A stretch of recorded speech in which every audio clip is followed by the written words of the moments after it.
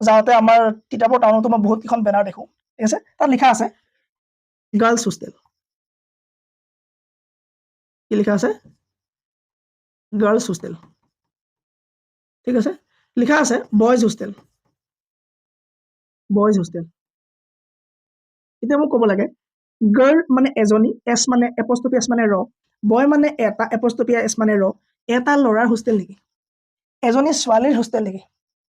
এটা ল'ৰাৰ কলেজ নেকি? নহয়, ঠিক আছে।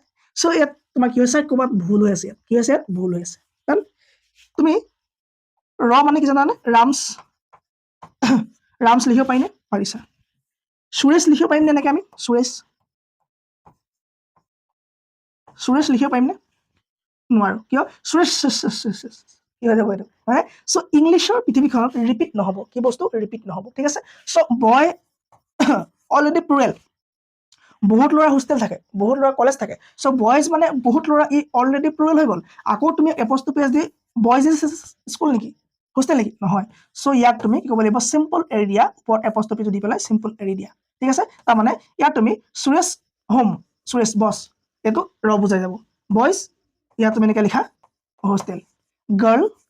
গাৰ্ল এছ দিলা, এপষ্ট্ৰফি এছ দি এৰি দিলা হোষ্টেল, ঠিক আছে।